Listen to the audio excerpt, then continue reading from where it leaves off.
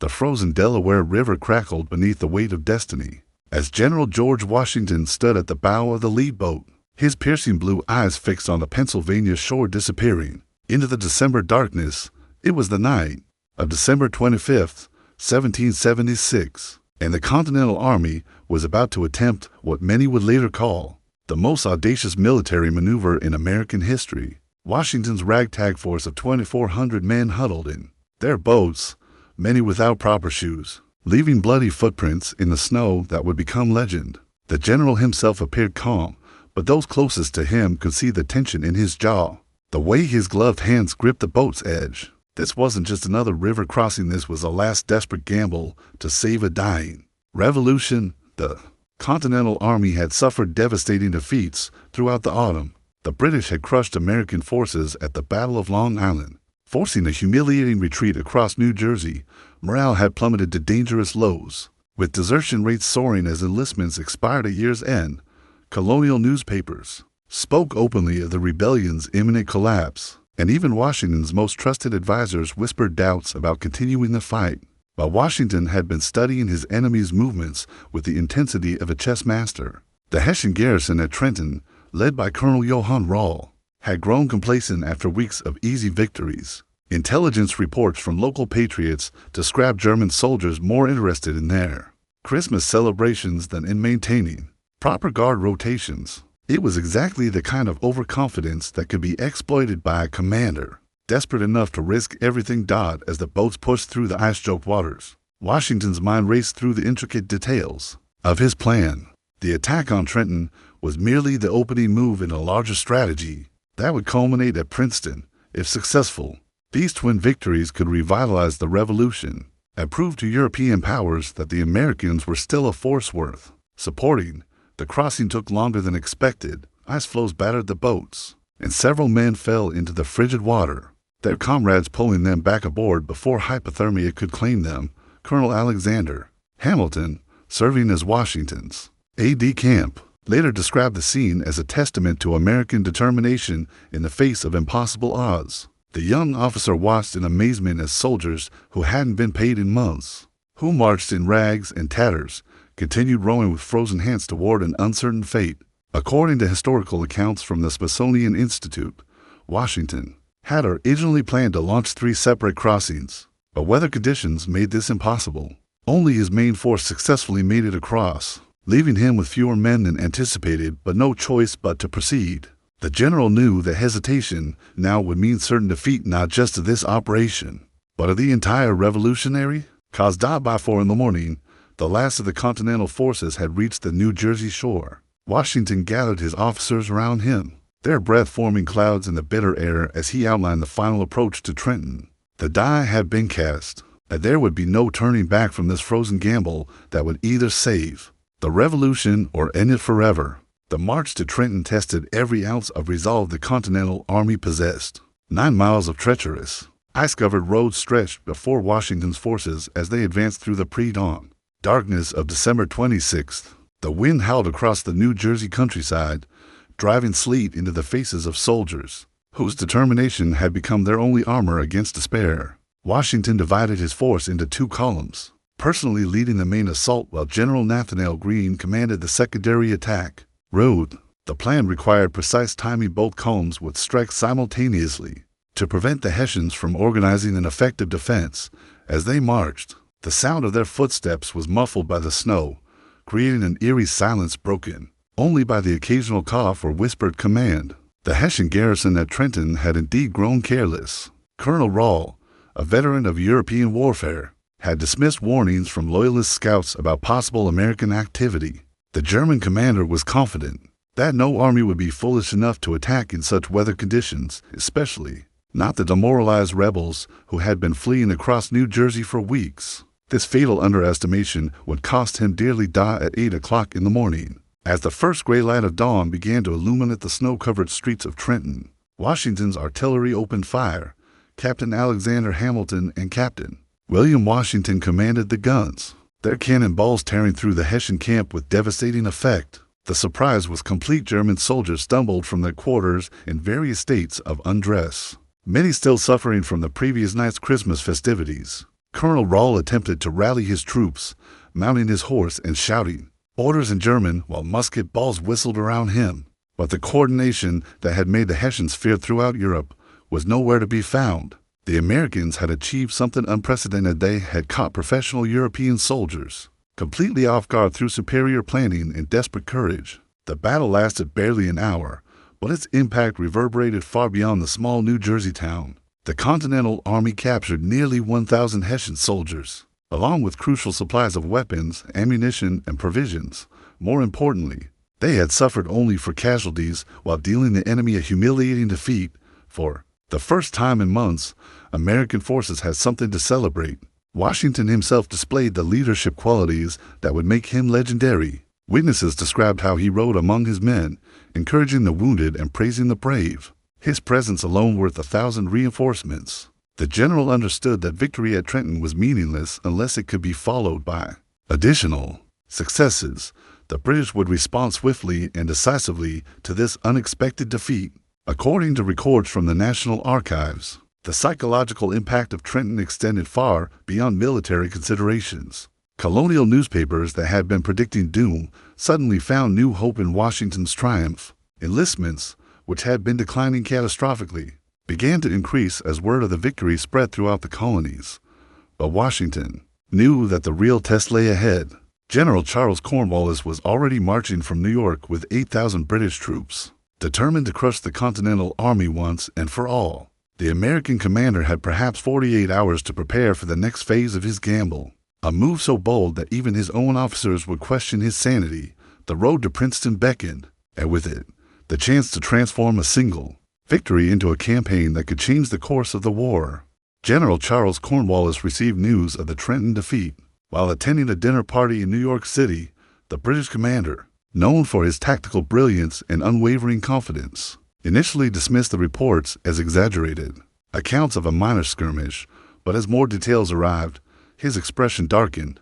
The rebels had not merely won a small engagement, they had humiliated the Crown's German allies and captured nearly 1,000 professional soldiers within hours. Cornwallis was mobilizing the largest British force assembled in New Jersey since the campaign began. 8,000 seasoned troops, including crack regiments of grenadiers and light infantry, began their march south toward Trenton. The general's intent was clear: destroy Washington's army so completely that no future rebellion would dare challenge British authority in North America.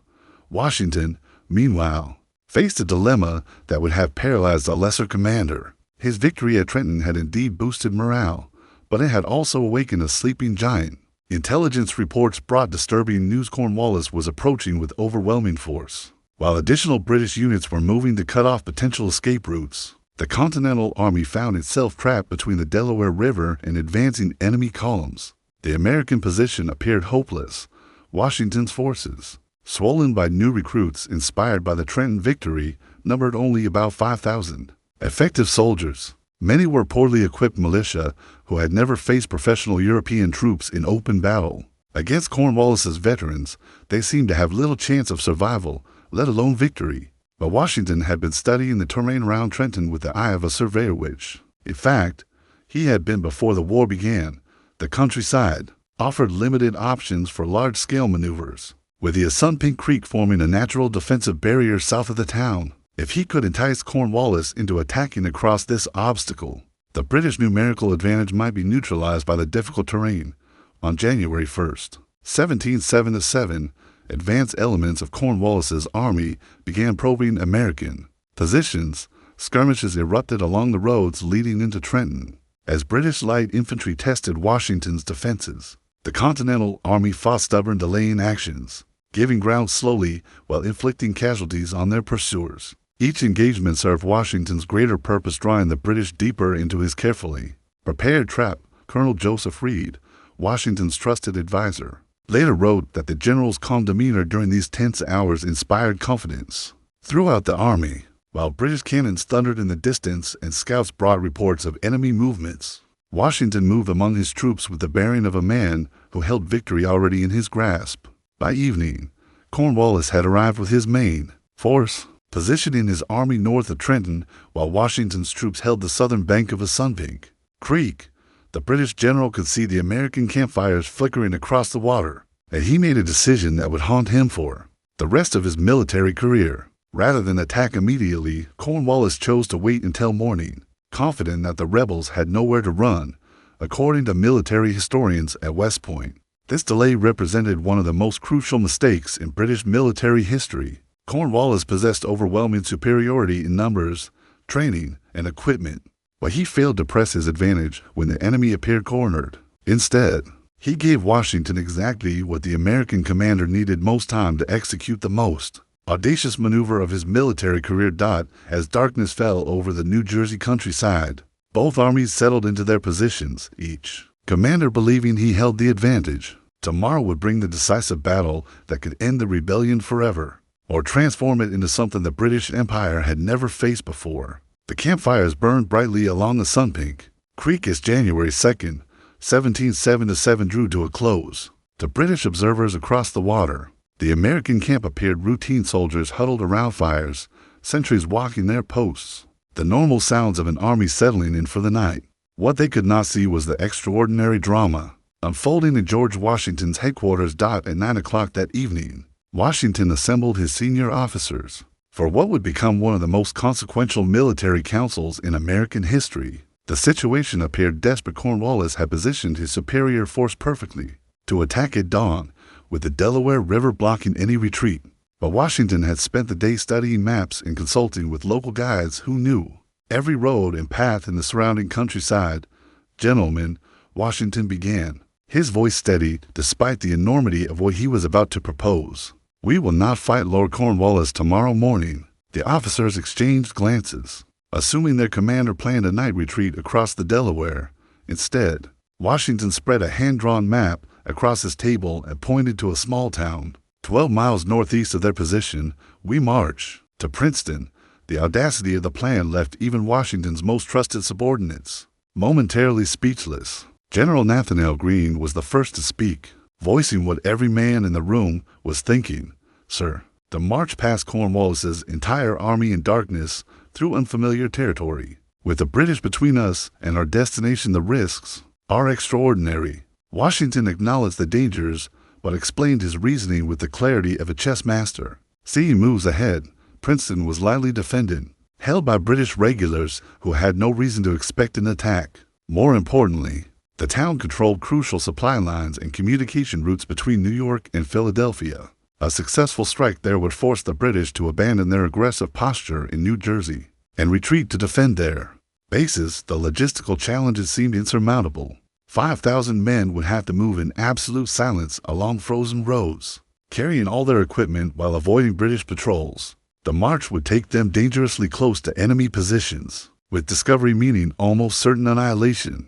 Yet Washington's confidence proved infectious. One by one, his officers began to embrace the impossible plan. Colonel Alexander Hamilton was tasked with organizing the deception that would convince Cornwallis the American army remained in position. Small detachments would maintain the campfires and continue normal sentry duties, creating the illusion of a full encampment. Meanwhile, the main force would slip away using back roads known only to local patriots who had volunteered as guides, according to accounts preserved in the Library of Congress. The night march began at 1 o'clock in the morning. Washington personally led the column, riding alongside soldiers whose feet left bloody tracks in the snow. The temperature had dropped below freezing, and the wind carried the sound of their movement away from British ears. For 6 hours, 5,000 men moved like ghosts through the New Jersey countryside. The march tested human endurance to its limits. Men fell from exhaustion and had to be helped along by their comrades. Equipment broke down, wheels froze solid, and several soldiers simply collapsed from the cold.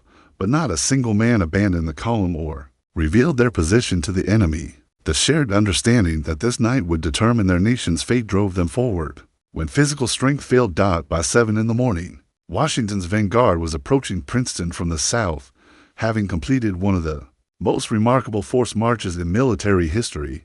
Behind them, Cornwallis was discovering that his prey had vanished in the night, leaving only cold ashes where an army had been. The British general would later describe his shock at finding the American camp empty, realizing late that he had been completely outmaneuvered by an opponent he had underestimated. The gamble had worked perfectly so far, but the most dangerous. Part lay ahead attacking Princeton with exhausted troops against fresh British defenders, who might already be alerted to their approach. Dawn was breaking over Princeton as Washington's exhausted column approached the outskirts of the small college town. The general rode at the front of his forces, studying the terrain with the practiced eye of a surveyor. Princeton sat on elevated ground, its streets lined with substantial brick buildings that could provide strong defensive positions. The Nassau Hall of the College of New Jersey dominated the town center, its imposing structure serving as both landmark and potential fortress. The British garrison, commanded by Lieutenant Colonel Charles Mawhood, consisted of approximately 300 regulars from the 17th and 55th Regiments of Foot. These were veteran soldiers, well-trained and disciplined, but they had grown comfortable in their winter quarters. Intelligence reports suggested that Mawhood had no knowledge of Washington's night march, believing the Continental Army was still trapped at Trenton under Cornwallis's guns. Washington divided his force into 3 columns for the assault. General Hugh Mercer would lead the left wing along the Quaker Road, while General John Sullivan commanded the right wing advancing along the main Princeton-Trenton road. Washington himself would lead the center column, ready to reinforce whichever flank encountered the strongest resistance. The plan required careful coordination. Any breakdown in timing could result in disaster. At 8 o'clock in the morning, Mercer's advance guard encountered a British patrol near the William Clark farm, just south of Princeton. The meeting was accidental but explosive. Both sides opened fire immediately, with neither able to retreat without exposing their main forces. The Battle of Princeton had begun with a chance encounter that would escalate into a full-scale engagement. Lieutenant Colonel Mawhood, alerted by the gunfire, quickly organized his available troops and marched toward the sound of battle. The British commander was a capable officer who understood that his small force's survival depended on aggressive action.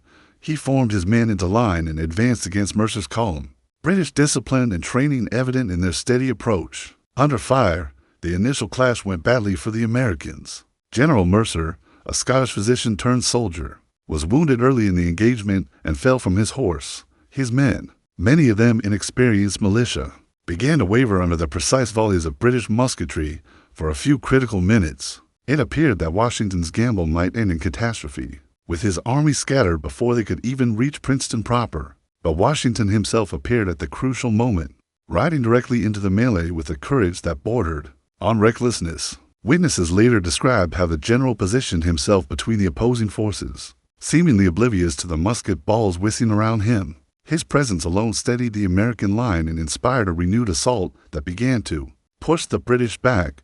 According to military records from the Princeton Battlefield Society, the tide of battle turned when Captain Alexander Hamilton brought his artillery into action. The young officer maneuvered his guns with skill that belied his years, pouring devastating fire into the British ranks. The combination of Washington's personal leadership and Hamilton's tactical expertise began to tell the British lines started to bend under the American pressure.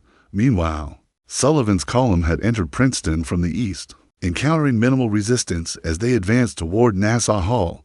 The British defenders, caught between multiple American columns, found themselves fighting a battle they could not win. Some retreated toward the college building, hoping to make a stand in the substantial brick structure that dominated the town center. The final phase of the battle centered on Nassau Hall itself, with British soldiers barricaded inside while Hamilton's artillery pounded the building's walls. The sight of cannonballs striking the college was symbolic. The rebels were literally bombarding British authority in the heart of an institution of learning. When the defenders finally surrendered, the Battle of Princeton was effectively over, though scattered fighting would continue for another hour as American forces pursued fleeing British troops toward New Brunswick. The smoke was still clearing from Nassau Hall when George Washington realized the magnitude of what his army had accomplished. In less than 10 days, the Continental Army had crossed an ice-choked river, surprised the Hessians at Trenton, outmaneuvered Cornwallis's superior force, and now routed British regulars at Princeton.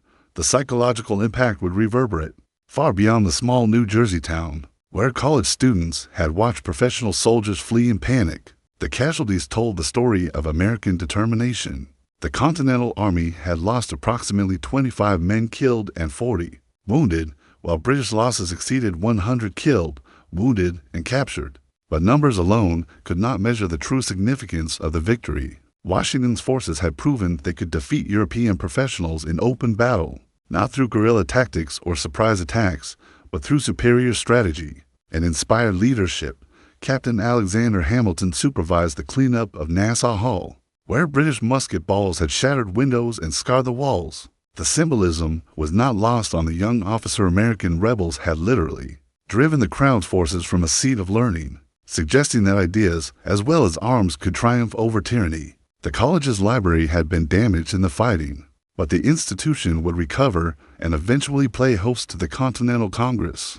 General Cornwallis received word of the Princeton defeat while still searching for Washington's vanished army near Trenton. The British commander's frustration was complete. He had been thoroughly outgeneraled by an opponent he had dismissed as an amateur. The loss of 2 garrisons in rapid succession forced Cornwallis to abandon his offensive operations and retreat toward New Brunswick to protect his remaining supply bases. Washington understood that momentum was crucial, rather than rest on his victories. He immediately began planning to capitalize on British confusion. The Continental Army marched to Morristown, where they would establish winter quarters in a position that threatened British communications while remaining secure from counterattack. The location was perfect, close enough to harass enemy operations, but protected by difficult terrain that would discourage pursuit.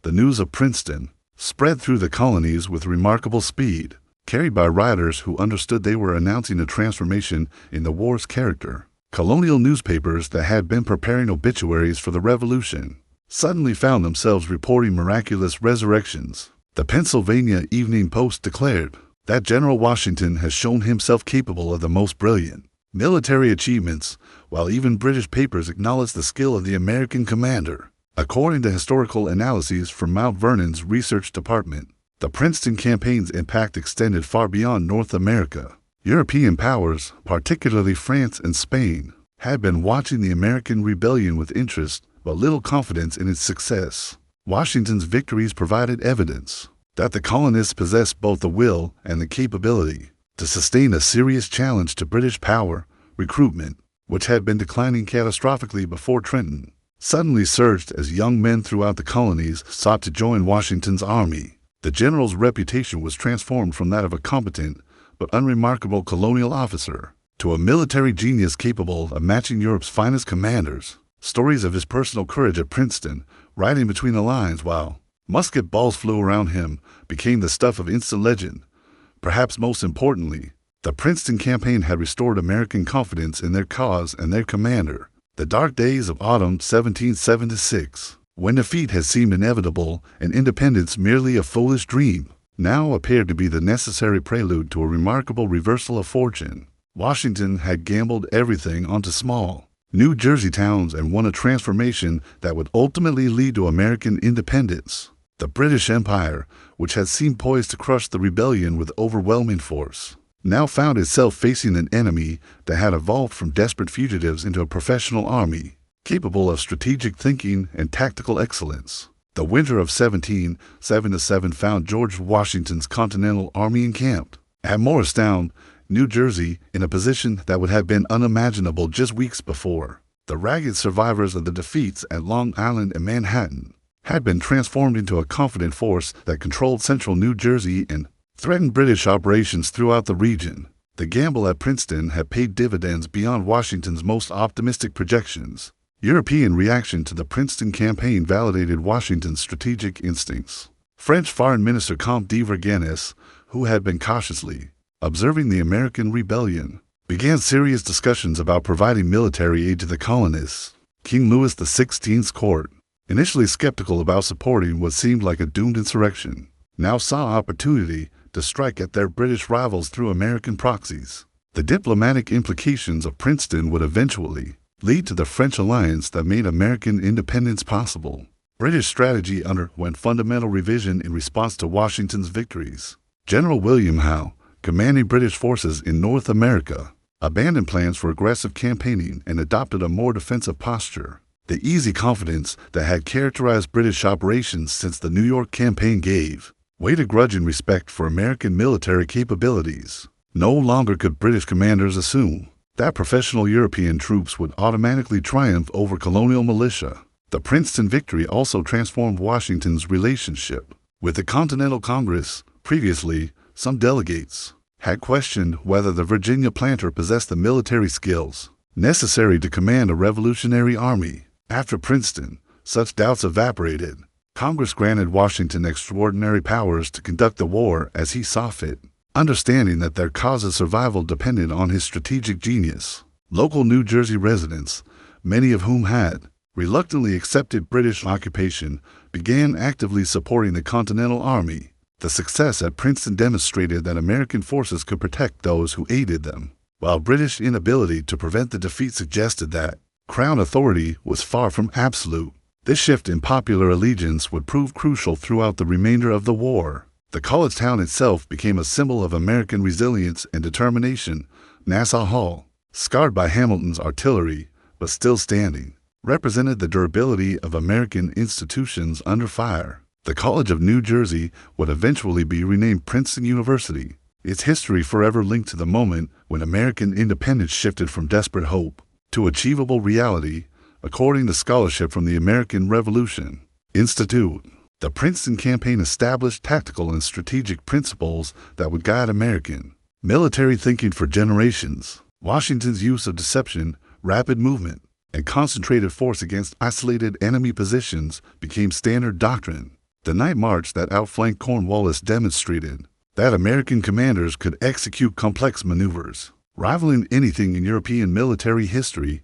Perhaps most significantly, Princeton proved that the American Revolution had evolved beyond a simple colonial rebellion into a genuine war of independence capable of ultimate success. Washington's bold gamble had not merely won the battles, it had transformed the conflict's fundamental character and established the Continental Army as a force capable of matching European professionals.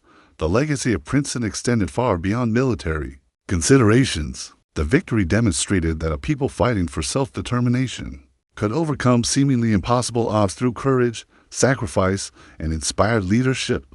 This lesson would resonate throughout American history, inspiring future generations, facing their own moments of crisis and uncertainty. As Washington surveyed his winter quarters at Morristown, he could reflect on perhaps the most remarkable 10 days in American military history. The desperate commander, who had crossed the Delaware on Christmas night, had emerged as one of history's great military leaders, and the dying rebellion he led had been reborn as a cause capable of achieving the impossible dream of independence.